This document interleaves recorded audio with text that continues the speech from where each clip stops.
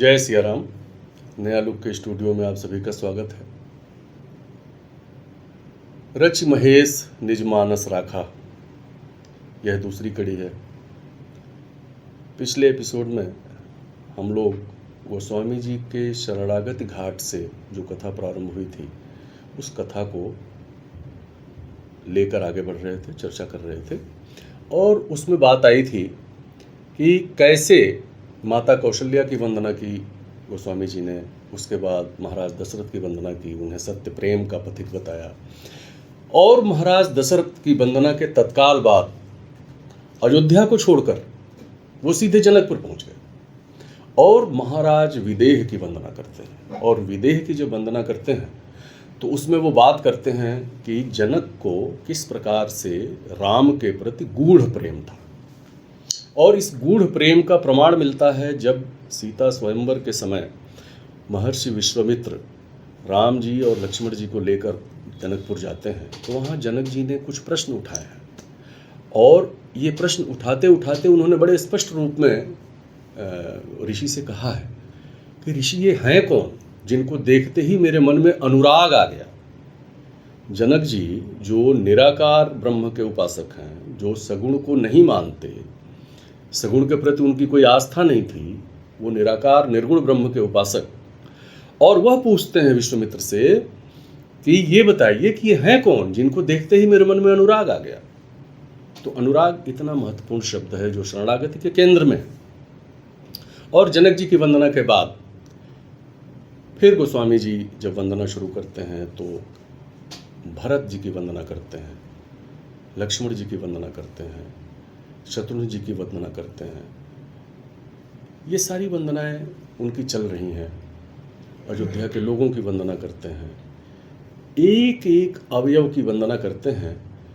वंदना का क्रम इतना बड़ा करने के पीछे आशय को समझना चाहिए। यह कथा शरणागति भाव में जहाँ तक है वहाँ तक वंदना ही वंदना है। वंदना का मतलब दंडवत, चरणवत, बिल्कुल जिसके समक्ष वो खड़ा होते हैं उसके समक्ष सिर नवाते हैं। वह चाहे ब्राह्मण देवता हो, चाहे संत जन हो, चाहे गुरुजी हो, चाहे राम हो, भरत हो, शत्रुघ्न हो, माता सीता हो, सबके सामने ये भाव शरणागति का है। गोस्वामी जी इसी कथा में और इसी अपने शरणागति के प्रवाह में जब संतों की चर्चा करते हैं तो अद्भुत चर्चा करते हैं। संतों की चर्चा में गोस्वामी जी दो स्वरूप लेते हैं। एक तो बिनु हरि कृपा मिलहि नहीं संता, एक चौपाई आती है। दूसरी चौपाई आती है पुण्य पुंज से मिले संत। अब दोनों दो दिशाएं हैं, बिनु हरि कृपा मिलहि नहीं संता और पुण्य पुंज से संत का मिलना। अब कोई ये सवाल उठा सकता है कि एक जगह लिख रहे हैं आप कि जब हरि की कृपा होगी, भगवान की कृपा होगी तो संत मिलेंगे, और एक जगह आप लिखते हैं कि जब आपका पुण्य उज्जवल होगा, प्रबल होगा तो संत मिलेंगे। ये दो बातें क्यों लिख रहे हैं और संत इतना महत्वपूर्ण क्यों है? तो संत की महत्ता गोस्वामी जी सीधे सीधे करते हैं तीर्थराज प्रयागु। तीर्थराज प्रयाग के बराबर संत की महत्ता बताते हैं। अब प्रयाग में तीर्थ करने जाना हो तो हम जहाँ भी हैं वहाँ से चल के जाना होगा, फिर संगम तट पर जाना होगा, फिर वहाँ डुबकी लगानी होगी, तब प्रयाग के तीर्थ का फल मिलेगा।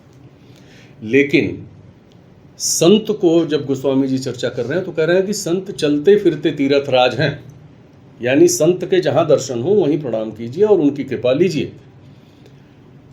अब संत की इतनी महत्ता और ऐसे में जो वर्तमान स्वरूप है उस पर भी बड़ी दिक्कत आती है सोचने में कि किस संत को हम प्रणाम करें, कैसे प्रणाम करें।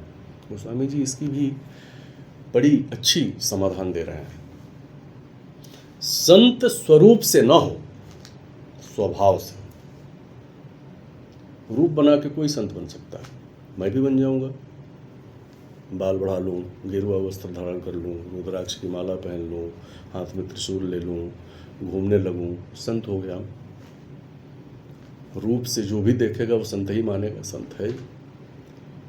लेकिन स्वभाव, मानस में एक चरित्र आता है कालनेमी का, संत के स्वरूप में ही वह आता है और हनुमान जी को भ्रमित करने की कोशिश करता है। हनुमान जी जब संजीवनी बूटी लेने जा रहे होते हैं तो रावण को ये लगता है कि संजीवनी बूटी आ जाएगी और लक्ष्मण जीवित हो जाएगा और युद्ध जो है ये बहुत तेज हो जाएगा। तो वो हनुमान जी का रास्ता रोकने के लिए कालनेमी नाम के एक राक्षस को संत बनाकर भेज देता है।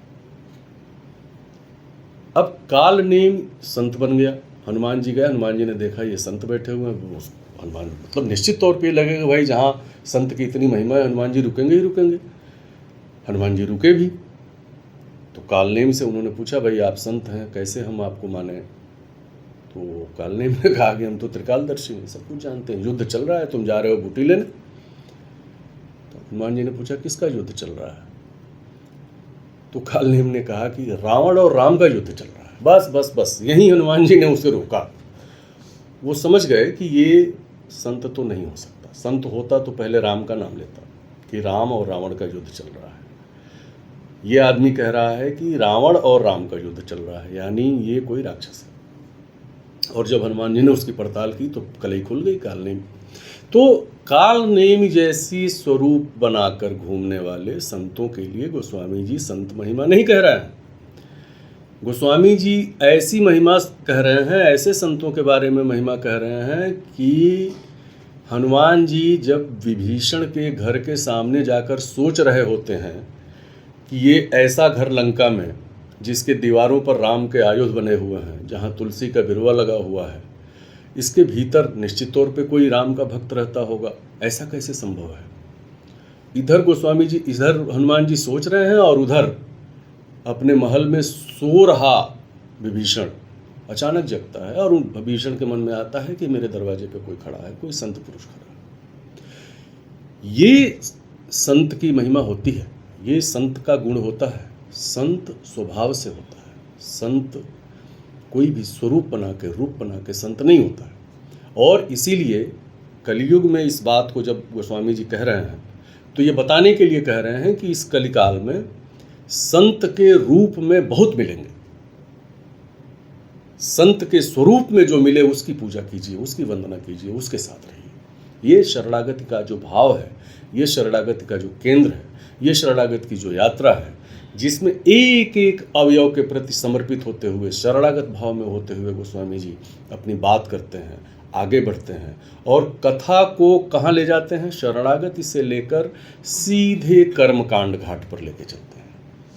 कर्मकांड घाट, ये शरणागति का घाट कहाँ है ये पहले समझिए। शरणागति का घाट काशी में है। काशी में 80 घाट पर गोस्वामी जी अपनी यह कथा प्रारंभ कर रहे हैं। हालांकि उन्होंने लिखना अयोध्या में शुरू किया था, लेकिन कथा जो प्रारंभ कर रहे हैं वो काशी में कर रहे हैं, 80 घाट पर कर रहे हैं। सुना किसे रहे हैं? सुना रहे हैं ब्राह्मणों को, देवताओं को, गंगा जी को, जिसे भी मान लीजिए। और ये भाव कथा है। लेकिन जब वो वास्तविक कथा की तरफ बढ़ते हैं तो कथा को लेकर सीधे कर्मकांड घाट तक पहुंचते हैं। और कर्मकांड घाट यह दूसरा घाट है मानस का, मानस के सरोवर का दूसरा घाट है कर्मकांड घाट। और कर्मकांड घाट पहुंचते पहुंचते गोस्वामी जी उस तीर्थराज प्रयाग पहुंच जाते हैं, जहां वहां उस समय के अधिष्ठाता ऋषि जिस तरह से वहां स्नान कर रहे थे, माघ मेला था, मकरगत हो चुका था सूर्य, यानी उत्तरायण हो चुका था सूर्य, और उस समय ऋषियों का जमावड़ा था, मुनियों का जमावड़ा था, माघ मेला चल रहा था। और गोस्वामी जी तब अपनी कथा काशी से लेकर प्रयाग पहुंचते हैं और प्रयाग से कथा का दूसरा पार्ट, दूसरा हिस्सा शुरू होता है, जिसको हम कहते हैं कर्मकांड घाट। कर्मकांड घाट इसलिए कहते हैं कि प्रयाग में जो कथा अभी सुनाई जाएगी, क्योंकि गोस्वामी जी जो कथा सुनाने जा रहे हैं वह वही कथा है जो प्रयाग में महर्षि याज्ञवल्क्य ने सुनाया है। और याज्ञवल्क्य जी की इस सुनाई हुई कथा को ही गोस्वामी जी सुना रहे हैं, ऐसा गोस्वामी जी का कहना है। इसीलिए जब वो प्रयाग पहुंचते हैं तो कहते हैं कि मैं वह कथा आप सुनाने जा रहा हूं जिसे प्रयाग में माघ मेले में इस कथा को सुनाया गया। कैसे सुनाया गया, किसको सुनाया गया, कब सुनाया गया, क्या परिस्थितियां थीं, उस कथा का आशय क्या था, इसको हम सुनेंगे अगले पार्ट में।